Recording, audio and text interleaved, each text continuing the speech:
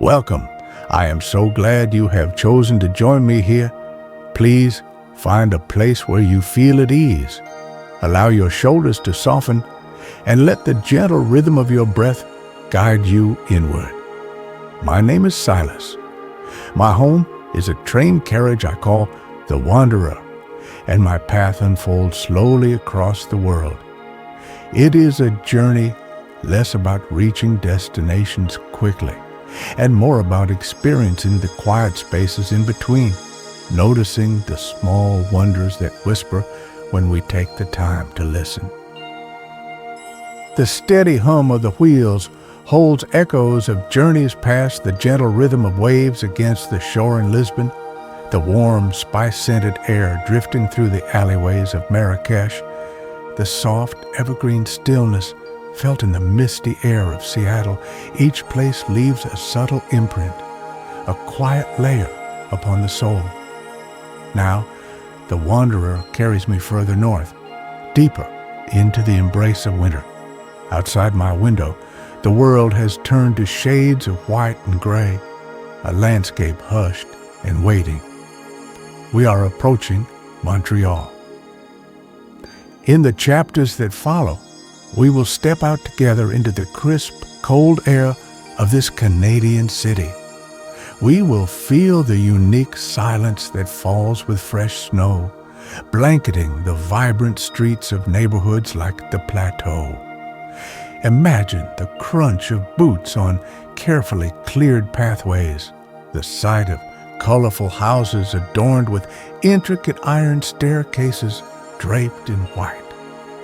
We will seek the quiet majesty of Mount Royal Park, perhaps finding a moment of stillness overlooking the city, and discover welcoming warmth within the soft glow of neighborhood cafes, a refuge from the winter chill. This journey is an invitation to pause, to breathe, and to appreciate the quiet beauty held within simple moments. Let the steady sound of the train guide you into a state of calm as we arrive and gently explore the hushed atmosphere of Montreal under its winter blanket. If you find solace and peace in sharing these slow travels, perhaps consider liking this recording or subscribing to the channel so we might continue these journeys together. For now, let the quiet begin. Chapter 1. Through Snowy Woods. The world outside the window of the Wanderer is a soft tapestry woven in white and gray. Endless stands of pine and birch trees line the tracks, their branches heavy, bowed under the weight of fresh snow. Everything seems hushed, insulated by this thick, silent blanket. The familiar rhythm of the train, the gentle clickety-clack of wheels on rails, feels somehow softer today, absorbed by the sheer depth of the winter landscape we glide through. A frozen river appears, a pale ribbon of ice reflecting the muted light of the overcast sky, winding its way through the sleeping forest. I hold a warm mug between my hands, the ceramic radiating a gentle heat into my palms. It's filled with a simple herbal tea, its steam rising in faint wisps, carrying a subtle scent of chamomile and mint that mingles with the familiar aroma of old wood and worn leather within my carriage.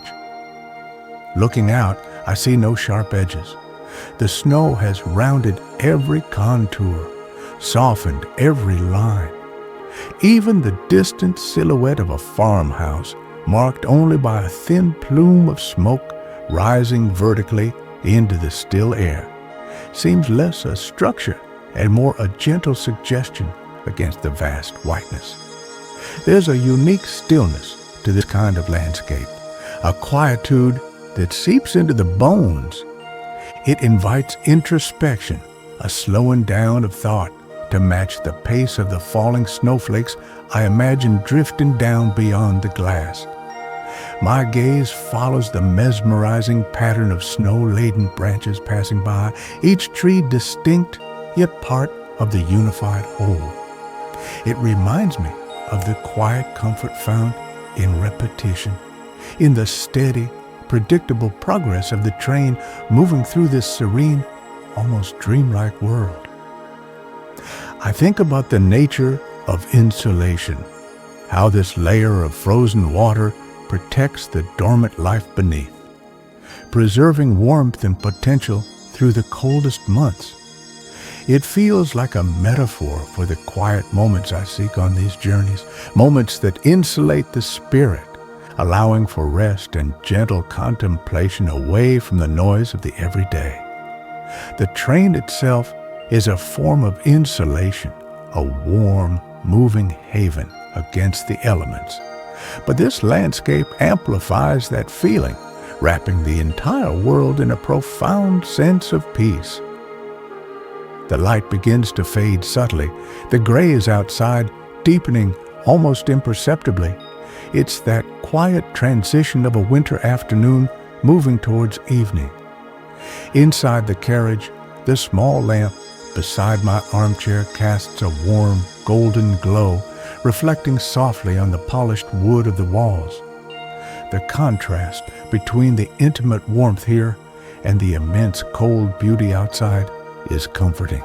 It's a reminder of shelter, of the simple security found in a small, contained space amidst the vastness. My thoughts drift not to specific memories, but to the feeling of past winters, the crispness of cold air, the satisfying crunch of snow underfoot, the muffled silence after a heavy snowfall.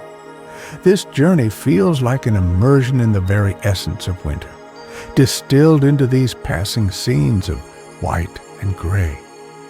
There's a certain purity to it, a stripping away of the non-essential, leaving only the fundamental shapes and textures of the land. The gentle vibration of the carriage floor is a constant, reassuring presence. It's the heartbeat of the wanderer, a reminder that even in this stillness, we are moving, traveling towards a new place, a new experience. The anticipation of arrival is mild, a soft undercurrent beneath the peaceful observation of the present moment. Montreal, the name itself, feels cool, evoking images of northern cities and snowy streets. For now, I simply watch the snowy woods glide by.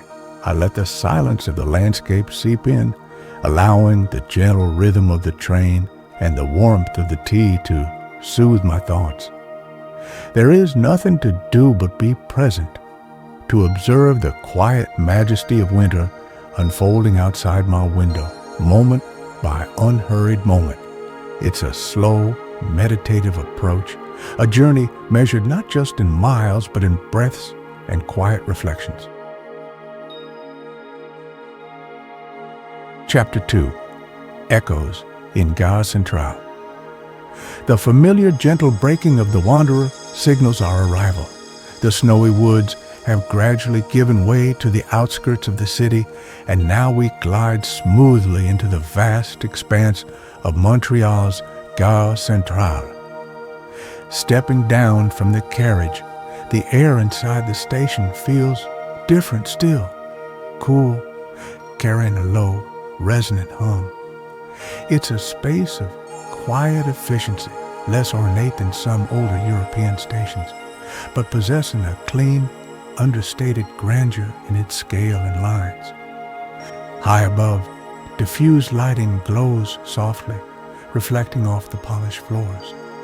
Passengers move with a certain calmness, their footsteps echoing faintly in the large space. I hear snippets of conversation, a gentle blend of French and English intertwining naturally, a soft reminder of where I am. There's a palpable sense of transition here, a midpoint between the journey completed and the city waiting to be explored. I take a moment, standing near my carriage, simply absorbing the atmosphere. My worn leather satchel feels comfortably familiar slung over my shoulder. I adjust my scarf, mentally preparing for the embrace of the winter air outside. Moving towards the exit, marked sortie, I notice small details, the way people's boots leave damp trails from melting snow, the quiet murmur of announcements overhead, the subtle design elements in the station's architecture that speak of a practical modern aesthetic.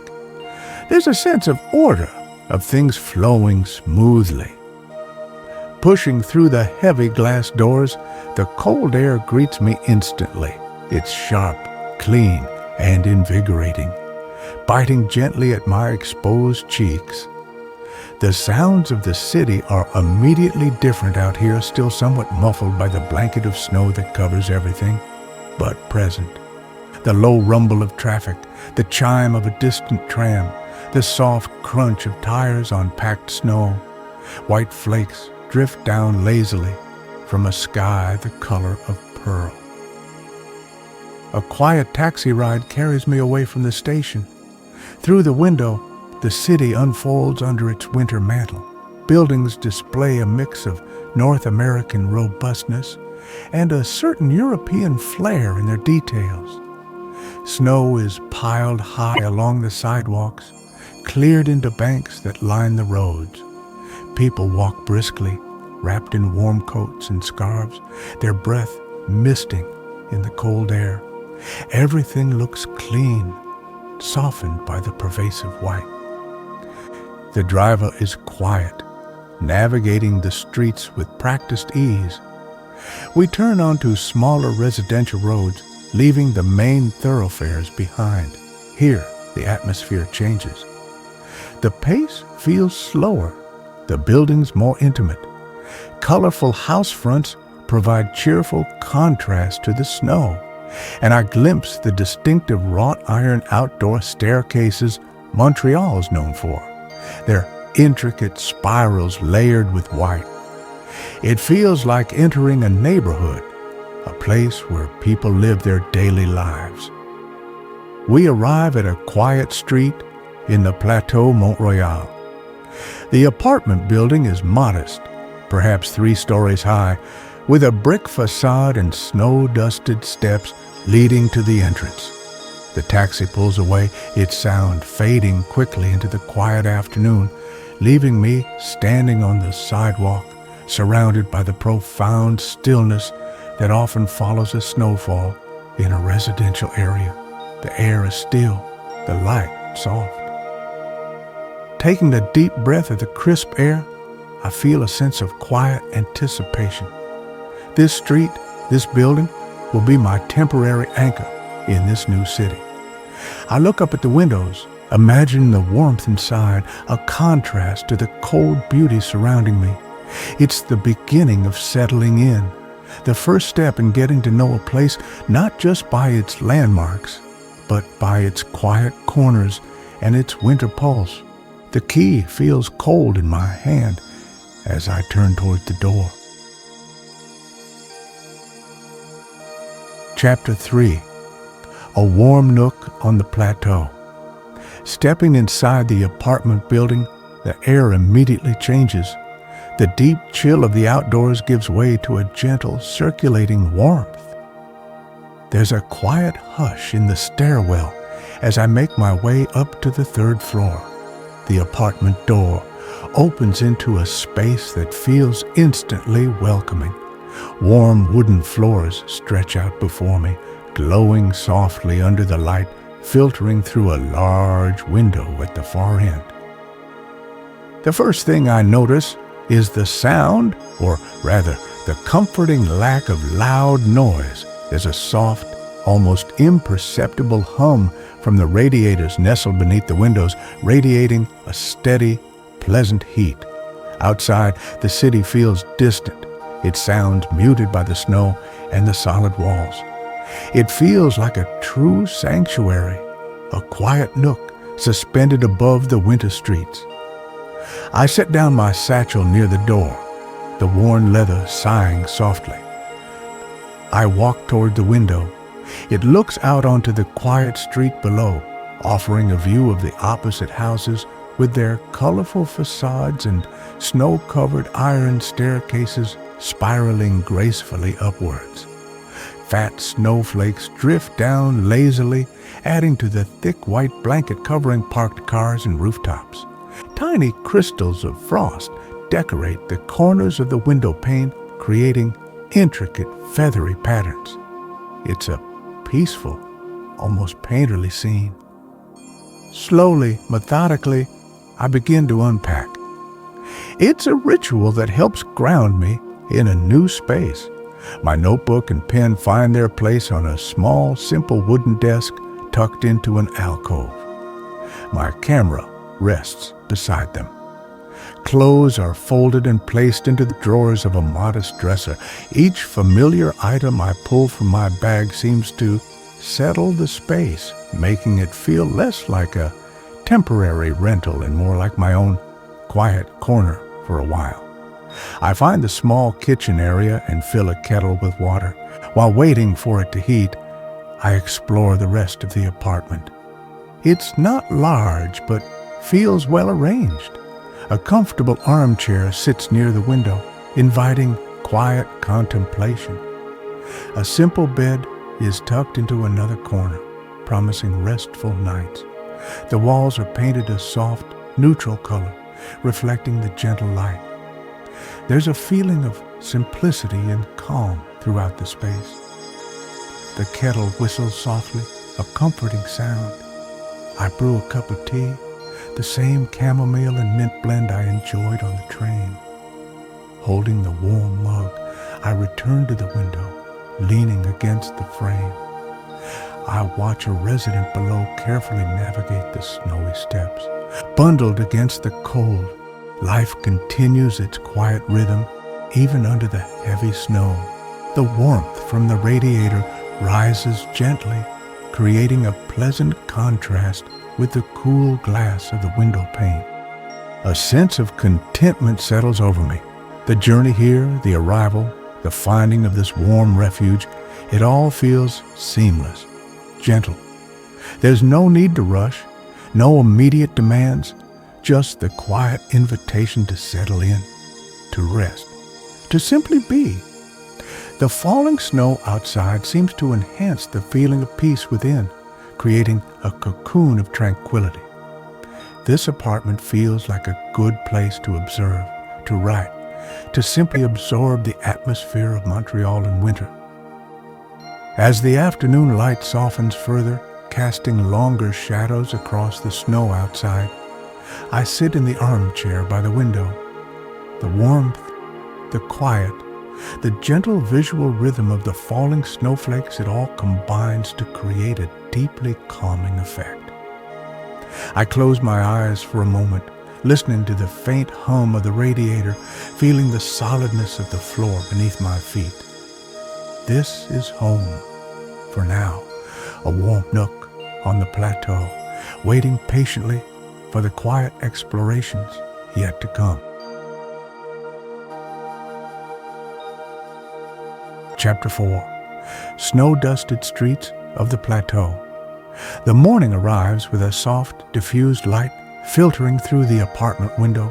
The sky outside still overcast, promising more snow perhaps, but for now, holding back. After a simple breakfast and another warm cup of tea, I feel the gentle pull to explore the neighborhood. Bundled in my warmest coat, scarf, and hat, I step out onto the landing, the familiar chill of the stairwell greeting me before the much sharper cold of the outdoors. Down on the street, the world seems freshly painted in white. The sidewalks have been carefully cleared, revealing the dark, wet pavement beneath, but snow is piled high on either side, forming soft, undulating banks. The air is incredibly crisp and still, carrying sound in a peculiar way. Small noises seem amplified, like the distant scrape of a shovel or the chirp of a hardy winter bird perched on a snow-laden wire, while the general hum of the city feels further away than usual.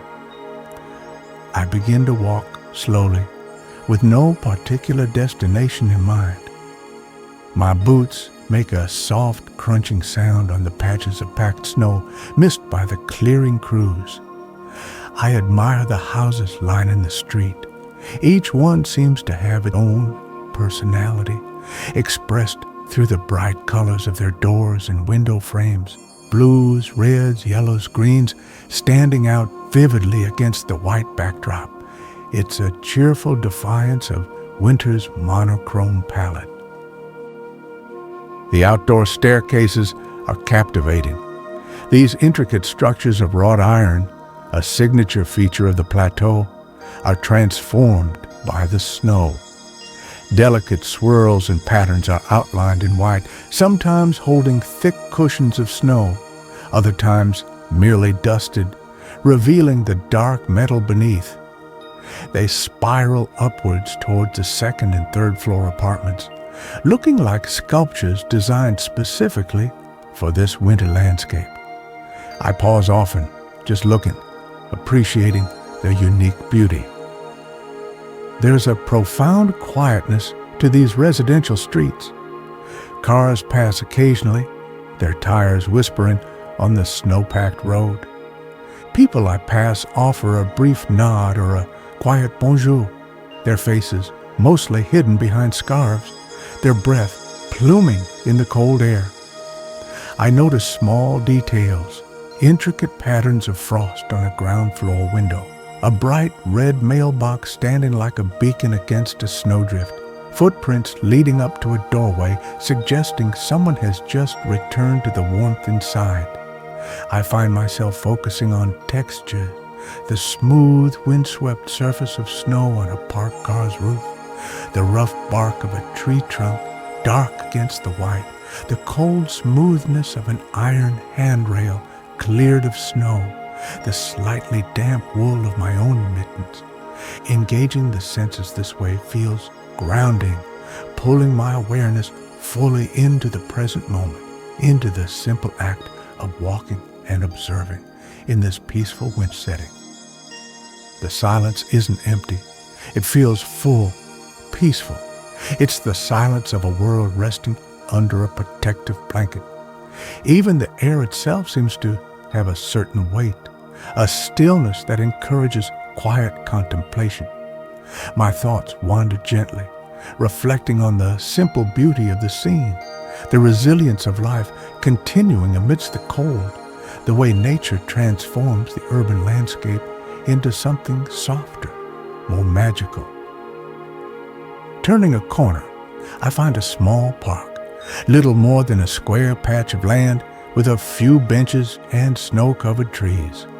A set of lone footprints cuts a path across the undisturbed snow towards a bench brushed clear.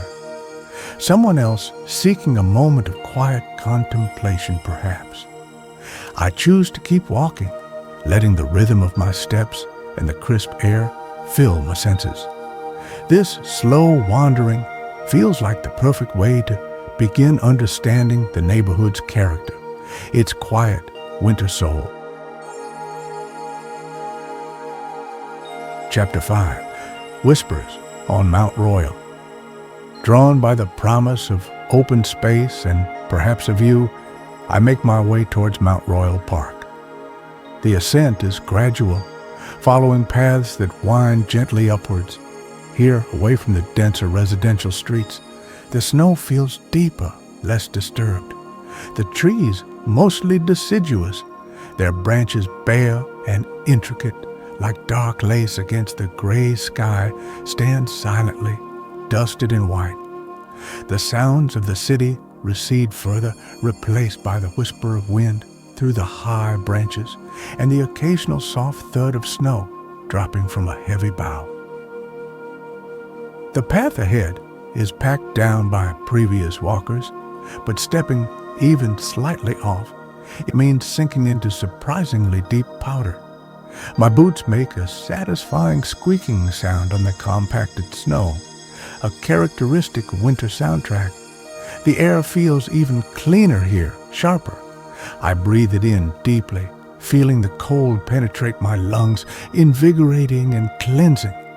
It requires a little more effort to walk uphill on the snow, a gentle exertion that feels good, warming me from the inside. I notice small signs of life amidst the seeming stillness.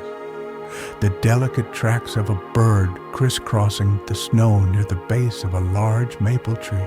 Further on, the boulder prints of a squirrel leading from one trunk to another. Tiny details that speak of the hidden activity beneath the park's quiet winter facade. Nature adapts, persists, finds ways to navigate even this frozen world. It's a subtle reminder of resilience. Reaching a more open area, a designated lookout point, the vista opens up dramatically. Below me, the city of Montreal spreads out, its buildings softened and unified by the blanket of snow. Rooftops are white expanses, roads are dark ribbons cutting through the landscape. From this height, the scale of the city is apparent, yet it feels quiet, subdued under the winter sky. Wisps of smoke rise from chimneys, disappearing quickly into the cold air. I find a sturdy wooden bench, its surface swept mostly clear of snow, but still bitingly cold to the touch through my gloves as I brush off the remaining crystals. I sit for a few minutes, letting the view seep in. The wind is a little stronger up here, carrying the faint, distant hum of the metropolis below. It whispers through the bare branches around me, a lonely, ancient sound. There's a sense of peaceful solitude being slightly removed, observing from a gentle distance. The sheer monochromatic beauty is striking.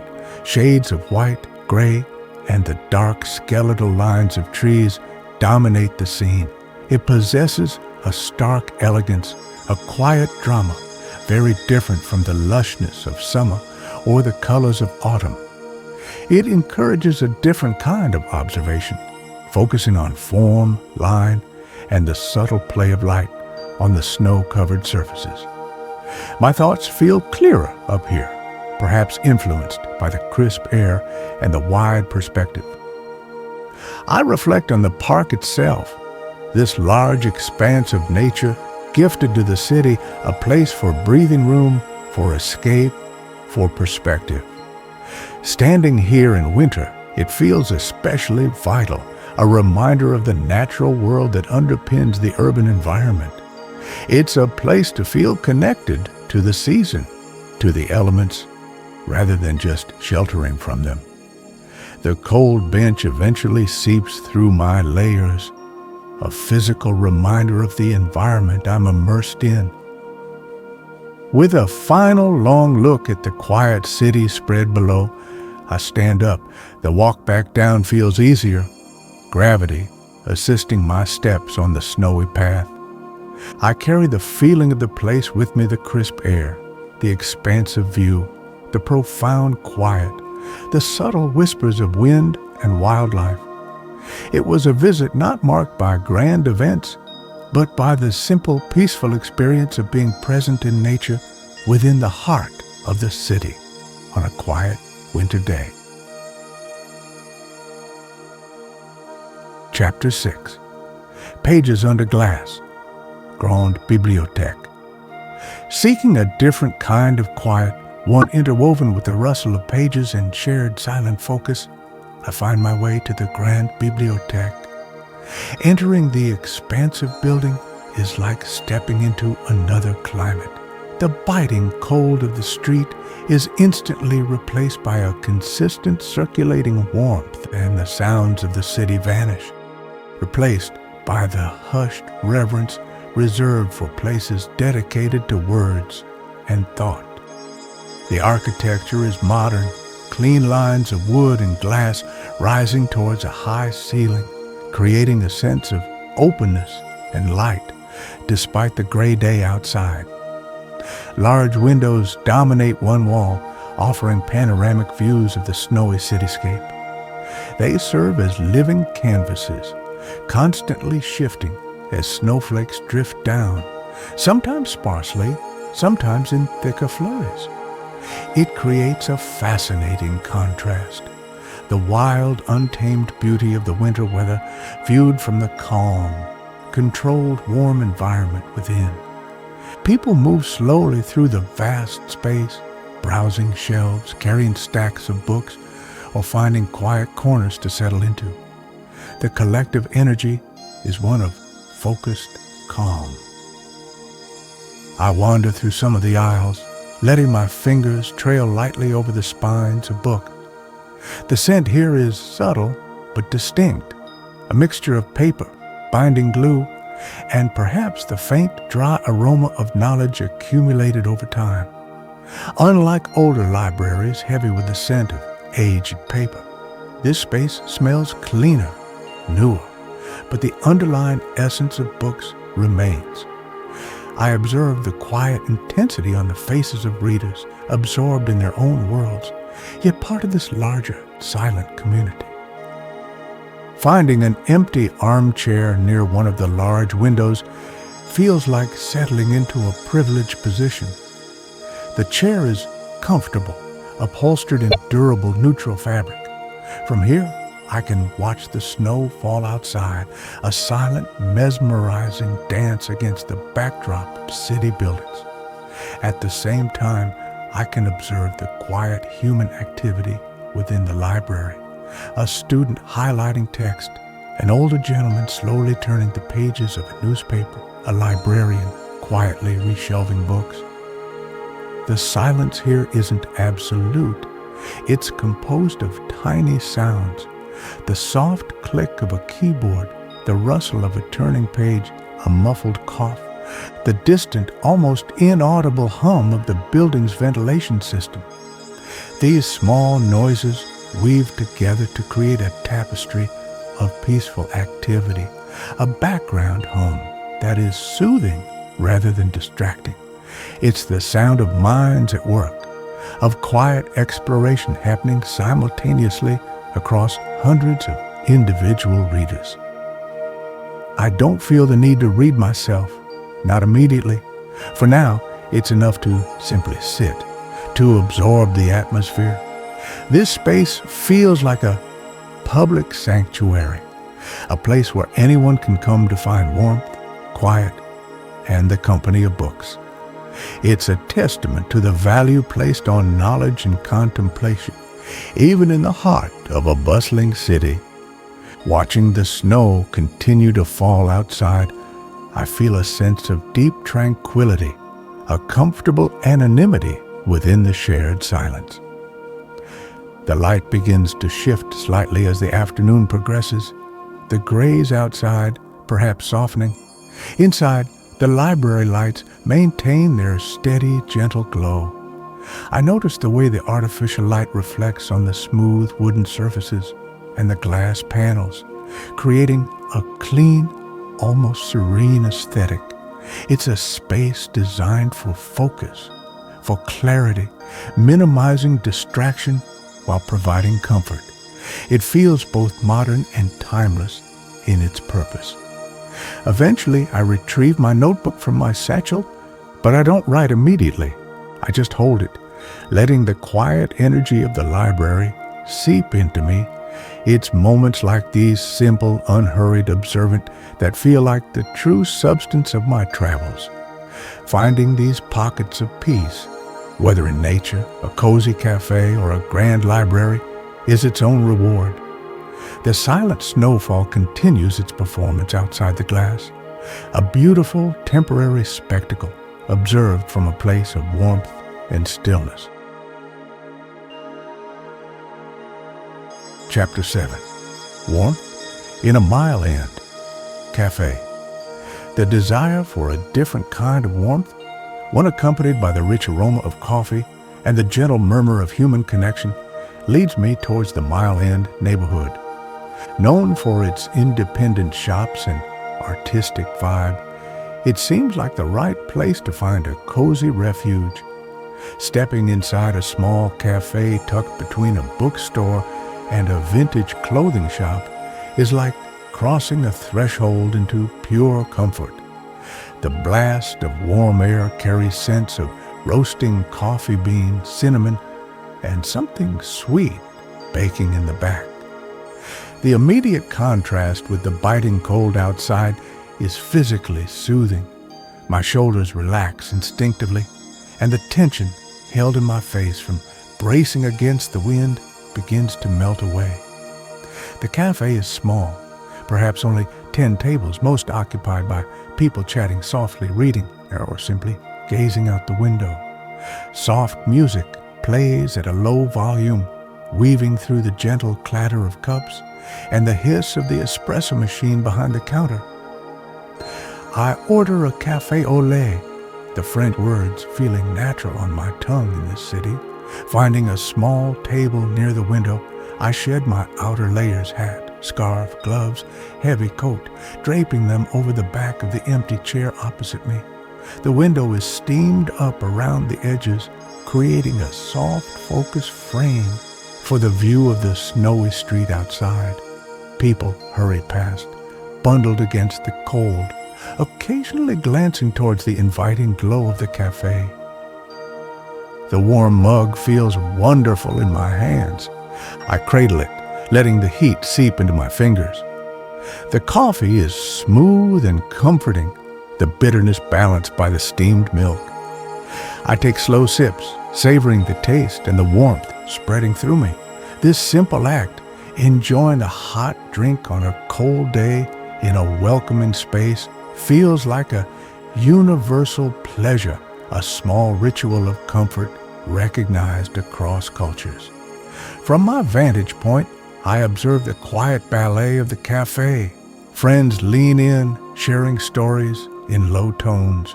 A solitary student types away on a laptop, seemingly oblivious to the surroundings.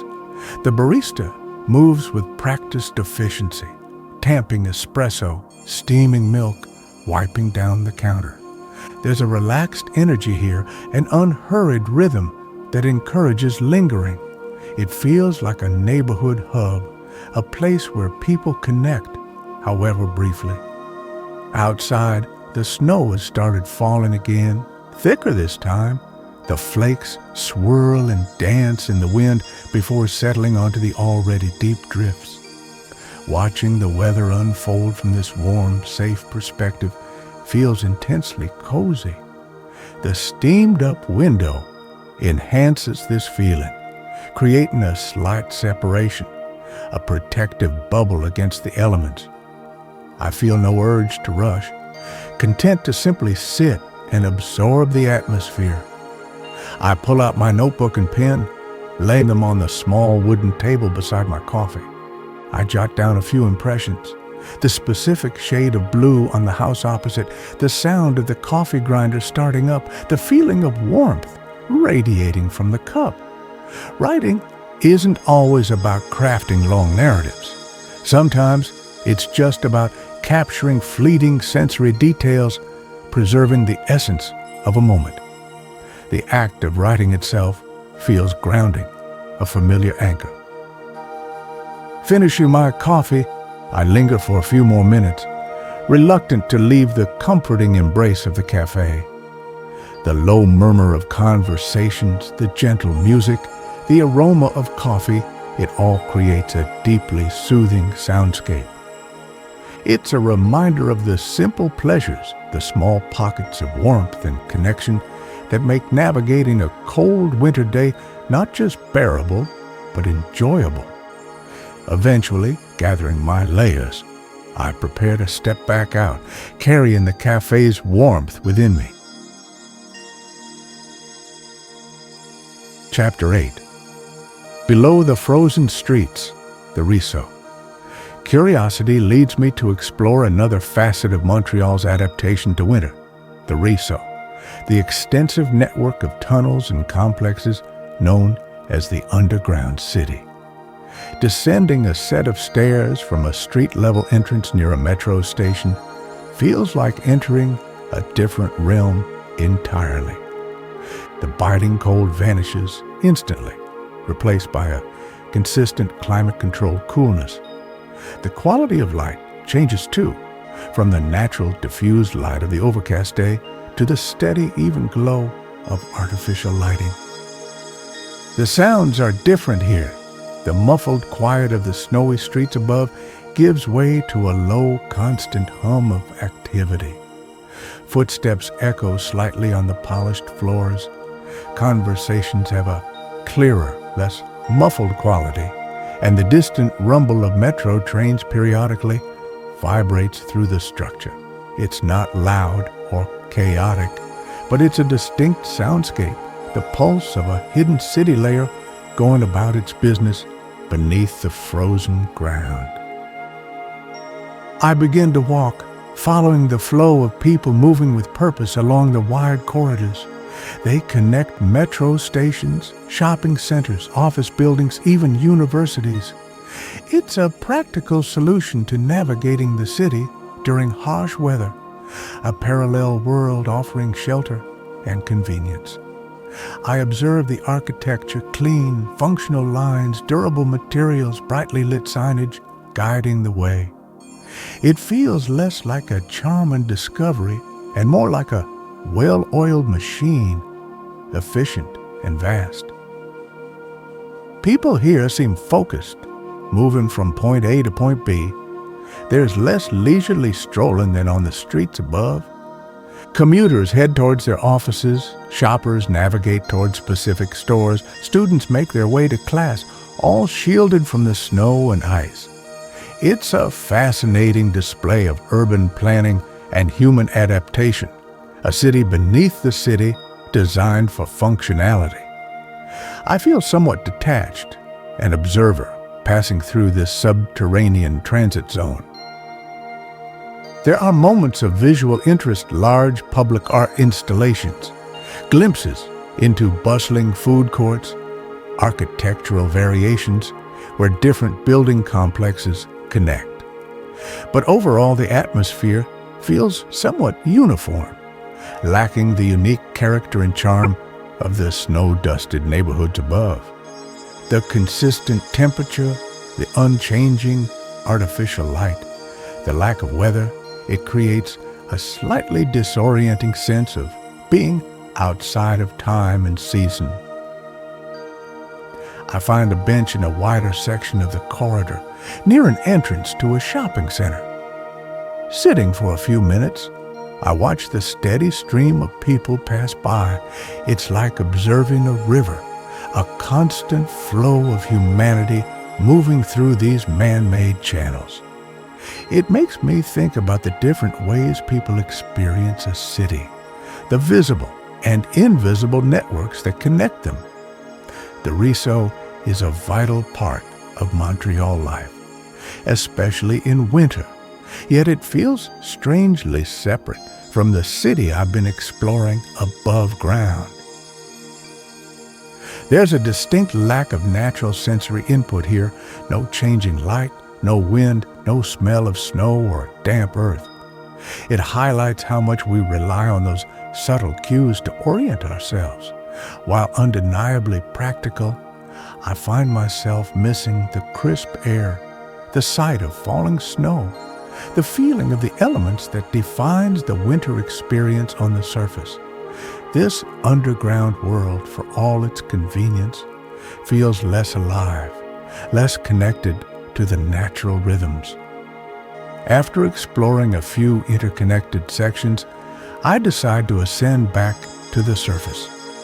Emerging onto the street is almost like stepping back into reality. The cold air bites again. The light feels different. The sounds change. Snow is still falling softly. It's a relief, strangely, to be back in the elements, back in the world where winter makes its presence felt directly. The RESO was an interesting detour, a glimpse into the city's hidden infrastructure, but my preference remains with the quiet beauty of the snow-covered world above. Chapter 9. Farewell, Vieux-Montréal. As my time in Montreal draws towards a close, I feel pulled toward the historic heart of the city, Vieux-Montréal, for a final slow wander. I arrive as dusk begins to settle, that magical time when the day's remaining light mingles with the first artificial glows. The cobblestone streets, mostly cleared but still showing patches of compacted snow and ice, glisten under the lamps that flicker to life, casting long, soft shadows. The air is still and cold, carrying the faint scent of wood smoke from a distant chimney. The old stone buildings that line these narrow streets seem to hold centuries of stories. Their thick walls, dusted with snow, exude a sense of permanence and history. Ornate carvings above doorways and windows stand out in the dimming light. Compared to the colorful houses of the Plateau, the palette here is more muted grays, browns, the deep tones of aged stone, but it possesses a different kind of beauty, a quiet solemnity enhanced by the winter setting. Fewer people are out now, adding to the tranquil atmosphere. I walk slowly, my footsteps echoing slightly between the tall buildings. I pause before the imposing facade of the Notre Dame Basilica, its intricate details partially obscured by a shadow, its presence commanding even in the twilight. I don't go inside tonight. It's enough to appreciate its exterior presence against the darkening sky. The sounds are muted, the distant sigh of traffic, the soft crunch of my own boots on a patch of snow, the occasional murmur of conversation from a nearby restaurant. The windows of restaurants and small boutiques glow warmly, offering inviting glimpses of cozy interiors. Golden light spills out onto the snowy sidewalks, creating pools of warmth in the cool blue twilight. It paints a picture of refuge, of convivial gatherings happening behind frosted panes, a contrast to the quiet solitude of the streets. There's a certain romance to old Montreal in winter, a feeling of stepping back in time, wrapped in the hush of snow and history. My thoughts turn reflective as I walk. I think about the past week, the impressions gathered, the quiet moments savored, the pristine beauty of Mount Royal under snow, the comforting warmth of the Mile End Café, the unique charm of the Plateau staircases, the hushed reverence of the library. Montreal revealed itself gently, not through grand gestures, but through these subtle experiences, its winter soul quiet and resilient. It feels like a city comfortable in its own skin, blending history with modernity, North American energy with European grace. Reluctantly, I turned back toward the metro station, leaving the historic quarter behind. The journey back to the Plateau apartment feels like the beginning of the farewell process. Back in the warm nook that has been my temporary home, the feeling is bittersweet. I begin the familiar ritual of packing my worn leather satchel, folding clothes, gathering my notebook and camera, checking the drawers. Each action feels deliberate, mindful. It's a physical act of closure. Before closing the satchel, I stand by the window one last time, looking out at the quiet street below. Snow has started falling again, softly illuminated by the streetlights. The colorful houses opposite look peaceful, their windows glowing. I take a mental snapshot, trying to imprint the feeling of this place, the warmth, the quiet, the view of the snow-dusted street into my memory. It has been a good place to rest, to observe, to simply be. With my bag packed and standing ready by the door, a sense of quiet readiness settles over me. The journey within the journey is complete. Montreal has offered its unique winter beauty, its moments of peace and warmth. Now, the wanderer waits, ready to carry me onwards. I feel gratitude for the experiences, for the stillness found here amidst the snow. A gentle interlude before the rhythm of the rails calls me back. Chapter 10. Northern Lights Within Departure. The familiar platform at Gare Centrale feels different this time, imbued with the quiet finality of departure. Boarding the wanderer is like coming home. The scent of aged wood and leather, the soft glow of the lamps, the specific feel of the armchair, it all welcomes me back into its embrace. I settle into my usual seat by the large window as the train gives a gentle lurch. The first signal that our journey is resuming. Slowly, smoothly, the train begins to glide out of the station.